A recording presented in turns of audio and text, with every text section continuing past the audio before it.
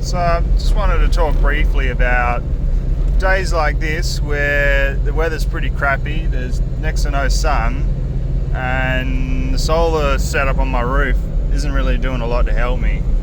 So I run a 304 amp hour lithium battery in the back of my Patrol, which powers basically everything in my camping setup, including cooking, lighting, charging phones, running all three fridges, etc., etc.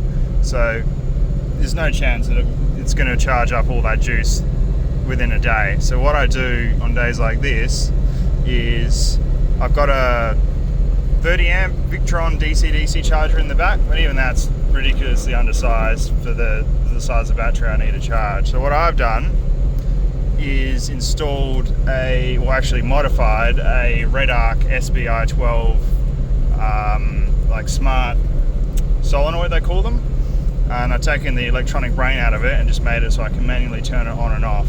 And I've wired it up to that switch down in there.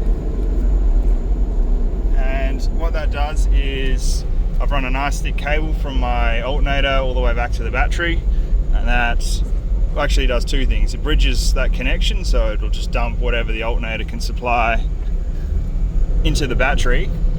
But I've also done something clever with that Victron DC-DC charger. So Victron products are really versatile, and one of the things that I managed to do, I could do with the Victron's DC-DC charger is wire in a way to turn it off. So if I didn't do that, what would end up happening is when I flick that on, yes, it would still charge the battery, but the Victron's sort of in parallel with it, trying as hard as it can to basically push energy around in the loops, which is just basically wasting power. So what I ended up doing was wiring in a relay that basically bridges a couple of little wires and a connector on the DC-DC charger, and it tells Victron, okay, shutting off now, and it'll just dump as much power into the battery as possible. If we open up the Victron app here, you can see 30 amps going in from the Victron, which is, alright, but in my setup, the car computer, audio amps, fridges, everything runs off of that battery as well. So it's putting in 30 amps minus whatever the fridges, computer, everything else is using.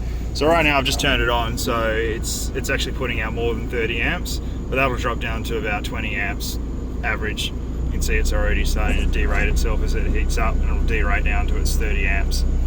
So that's not really enough, especially if my battery's pretty low. I've been using a lot of stuff all night. So what I can do is flick this switch down here.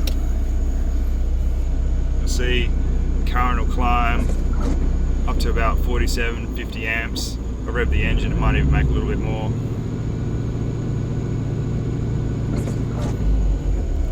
So yeah, that's the solution I've come up with. I'm thinking about replacing the 30 amp Victron with a 50 amp one, because I do make one of those now, which will simplify things further. The other important thing that this battery link can do is similar to a traditional lead acid setup.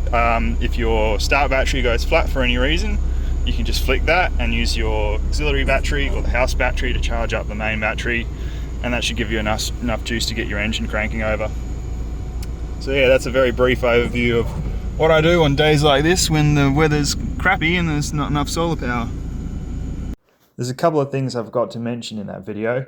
Firstly, that switch I've installed is an entirely manual system. So once you flick that on, if you forget to turn it off, you'll leave those two batteries bridged, which means in theory, if you stay camped up long enough and forget to turn it off, you'll drain your start battery along with the auxiliary. Second thing is, people say, oh, it's a lithium battery, you must have a DC-DC charger. Look, the reality is it's going to accept power into it regardless, but what I've found through testing is that the lower the lithium is, in other words, the lower the voltage is and the higher the difference is between the lithium and the alternator voltage, the more current will go in, because there's more potential difference. And conversely, the more full the lithium gets, the less current you'll get into it. So what I end up doing is, as the battery sort of approaches about 80 to 90%, I'll just flick that switch off and let the DC-DC charger take it the rest of the way to get that the full amount of charge into the house battery.